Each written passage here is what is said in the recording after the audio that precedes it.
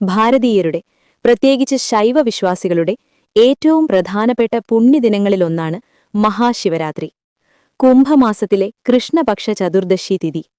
ഭഗവാൻ പരമശിവന്റെ അനുഗ്രഹം ഭൂമിയിൽ ഏറ്റവും കൂടുതലായി വർഷിക്കപ്പെടുന്ന, ഉറക്കമിളച്ച് നമ്മൾ ഭഗവാനിൽ അലിയുന്ന ഒരു ദിവ്യരാത്രിയാണിത്. പക്ഷെ പലർക്കും ഇപ്പോഴും ചില സംശയങ്ങളുണ്ട്. എന്താണ് യഥാർത്ഥത്തിൽ ശിവരാത്രി? എങ്ങനെയാണ് കൃത്യമായി വ്രതമനുഷ്ഠിക്കേണ്ടത്? മകേരം നോമ്പും ശിവരാത്രിയും തമ്മിലുള്ള ബന്ധമെന്ത്? വ്രതസമയത്ത് ഏതെല്ലാം മന്ത്രങ്ങളാണ് ജപിക്കേണ്ടത്? ഈ പുണ്യദിനത്തെക്കുറിച്ച് സമഗ്രമായി, ലളിതമായി മനസ്സിലാക്കാൻ ഈ വീഡിയോ അവസാനം വരെ കാണുക. നമുക്കൊരുമിച്ച് ആ കൈലാസനാഥനെ അറിയാം. പ്രിയപ്പെട്ടവരെ, ശിവനും ശക്തിയും ഒന്നാകുന്ന രാവ് എന്നാണ് ശിവരാത്രിയുടെ സങ്കല്പം. അജ്ഞാനമാകുന്ന അന്ധകാരത്തെ നീക്കി ജ്ഞാനത്തിന്റെ പ്രകാശം പരത്തുന്ന ദിനം. ഈ ദിവസം ഭക്തിപൂർവം വ്രതമെടുത്ത് ഉറക്കമിളച്ച് ഭഗവാനെ ഭജിച്ചാൽ ജന്മജന്മാന്തരങ്ങളായുള്ള പാപങ്ങൾ നശിക്കുകയും ഒടുവിൽ മോക്ഷം ലഭിക്കുകയും ചെയ്യുമെന്നാണ് വിശ്വാസം. ഈ പുണ്യദിനത്തിനു പിന്നിൽ പ്രധാനമായും 3 ഐതിഹ്യങ്ങളാണുള്ളത്. ഒന്നാമതായി, കാളകൂട വിഷം. പാലാഴി മഥന സമയത്ത് ലോകരക്ഷയ്ക്കായി ഭഗവാൻ കാളകൂട വിഷം പാനം ചെയ്ത ദിവസം. ആ വിഷം തൊണ്ടയിൽ തങ്ങി നിൽക്കാനും ഭഗവാൻ ആപത്തൊന്നും വരാതിരിക്കാനും ദേവി പാർവതി ഭഗവാന്റെ കണ്ഠത്തിൽ മുറുക്കി പിടിക്കുകയും ദേവകളും ഋഷികളും ഉറക്കമിളച്ചു പ്രാർത്ഥിക്കുകയും ചെയ്ത രാത്രിയാണിത്. രണ്ടാമതായി, ശിവപാർവതീ വിവാഹം. പരമശിവനും പാർവതീദേവിയും വിവാഹിതരായ പുണ്യദിനമാണിതെന്നും വിശ്വസിക്കപ്പെടുന്നു. മൂന്നാമതായി, ലിംഗോദ്ഭവം. ബ്രഹ്മാവിനും വിഷ്ണുവിനുമിടയിലുണ്ടായ തർക്കം പരിഹരിക്കാൻ ഭഗവാൻ അനന്തമായ ഒരു അഗ്നിസ്തംഭമായി അഥവാ ജ്യോതിർലിംഗമായി പ്രത്യക്ഷപ്പെട്ട ദിനമായും പുരാണങ്ങൾ പറയുന്നു. മകേരം നോമ്പും ഒരുക്കങ്ങളും. ശിവരാത്രി എന്ന വലിയ വ്രതത്തിലേക്കുള്ള ഒരുക്കങ്ങൾ തലേദിവസം തന്നെ തുടങ്ങുന്നു. ഇതിനെയാണ് നമ്മൾ മകേരം നോമ്പ് എന്ന് വിളിക്കുന്നത്. ശിവരാത്രി എന്ന മഹായാഗത്തിന് ശരീരത്തെയും മനസ്സിനെയും പാകപ്പെടുത്തലാണിത്.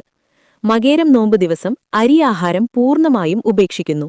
പകരം ചേമ്പ്, കാച്ചിൽ തുടങ്ങിയ കിഴങ്ങുവർഗ്ഗങ്ങൾ, ഇതിനെ പഴയൂണ് എന്നു പറയും, കഴിച്ച് വ്രതത്തിന് തയ്യാറെടുക്കുന്നു. സുമംഗലികളായ സ്ത്രീകൾ ഭർത്താവിന്റെ ദീർഘായുസ്സിനും കുടുംബ ഐശ്വര്യത്തിനും വേണ്ടിയാണ് പ്രധാനമായും മകേരം നോൽക്കുന്നത്. മകേരം നോറ്റാൽ മക്കളുണ്ടാകും, മംഗല്യം സിദ്ധിക്കും എന്നൊരു ചൊല്ലു തന്നെയുണ്ട്. വ്രതം എപ്രകാരം എടുക്കണം? ഇനി പ്രധാന ദിവസത്തിലേക്ക് കടക്കാം.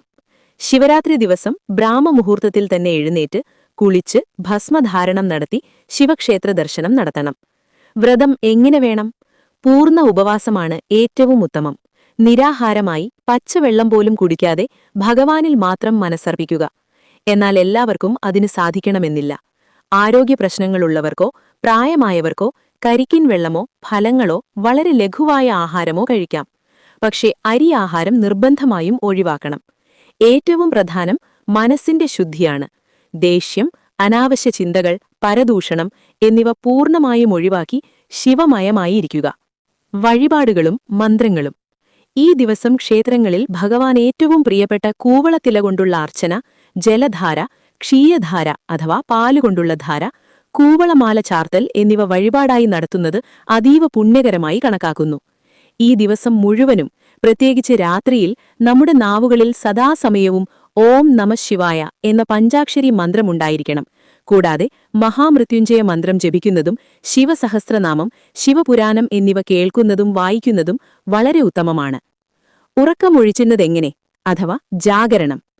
ശിവരാത്രിയിലെ ഏറ്റവും പ്രധാന ചടങ്ങാണ് ഉറക്കമൊഴികൾ അഥവാ ജാഗരണം. രാത്രിയിലെ 4 യാമങ്ങളിലും ക്ഷേത്രങ്ങളിൽ വിശേഷ പൂജകളും അഭിഷേകങ്ങളും ഉണ്ടാകും. സിനിമ കണ്ടോ മൊബൈലിൽ നോക്കിയോ വെറുതെ വർത്തമാനം പറഞ്ഞോ അല്ല ഉറക്കമൊഴികേണ്ടത്. അത് വ്രതത്തിന് ഗുണം ചെയ്യില്ല. ഭഗവത് ചിന്തയോടെ നാമജപത്തിലോ പുരാണപാരായണത്തിലോ മുഴുകി വേണം രാത്രി കഴിച്ചുകൂട്ടാൻ. നമ്മുടെ ബോധമനസ്സിനെ ഭഗവാനിലേക്ക് ഉണർത്തിവെക്കുകയാണിത്. വ്രതം എങ്ങനെ അവസാനിപ്പിക്കാം? ശിവരാത്രിയുടെ പിറ്റേന്ന് രാവിലെ കുളിച്ച് ശുദ്ധമായി വീണ്ടും ക്ഷേത്രദർശനം നടത്തുക. ക്ഷേത്രത്തിലെ തീർത്ഥവും പ്രസാദവും സേവിച്ച് വ്രതം അവസാനിപ്പിക്കാം. ഇതിനെയാണ് പാരണ വിടുക എന്ന് പറയുന്നത്. അതിനുശേഷം ലഘുവായ ഭക്ഷണം കഴിക്കാവുന്നതാണ്. കൂടാതെ ശിവരാത്രിക്ക് ശേഷമുള്ള കറുത്ത വാവ് ദിവസം പിതൃക്കൾക്കായി ബലിതർപ്പണം നടത്തുന്നതും വളരെ പുണ്യകരമായി കണക്കാക്കുന്നു. മഹാശിവരാത്രി വ്രതമനുഷ്ഠിക്കുന്നതുവഴി ലഭിക്കുന്ന ഫലങ്ങൾ അതീവ ശ്രേഷ്ഠമാണ്. പുരാണങ്ങൾ പ്രകാരം വ്രതങ്ങളുടെ രാജാവ് എന്നാണ് ശിവരാത്രി വ്രതം അറിയപ്പെടുന്നത്. ഈ വ്രതം അനുഷ്ഠിക്കുന്നതിലൂടെ ലഭിക്കുന്ന പ്രധാന ഫലങ്ങൾ താഴെ പറയുന്നവയാണ്. 1. പാപമോചനം. അറിഞ്ഞോ അറിയാതെയോ ചെയ്തുപോയ പാപങ്ങളിൽ നിന്ന് മുക്തി ലഭിക്കാൻ ശിവരാത്രി വ്രതം സഹായിക്കുമെന്ന് വിശ്വസിക്കപ്പെടുന്നു. ഭക്തിപൂർവം ഈ വ്രതമനുഷ്ഠിച്ചാൽ ജന്മജന്മാന്തരങ്ങളായുള്ള പാപങ്ങൾ നശിക്കുകയും ഒടുവിൽ മോക്ഷം ലഭിക്കുകയും ചെയ്യുമെന്നാണ് വിശ്വാസം. 2. മോക്ഷപ്രാപ്തി.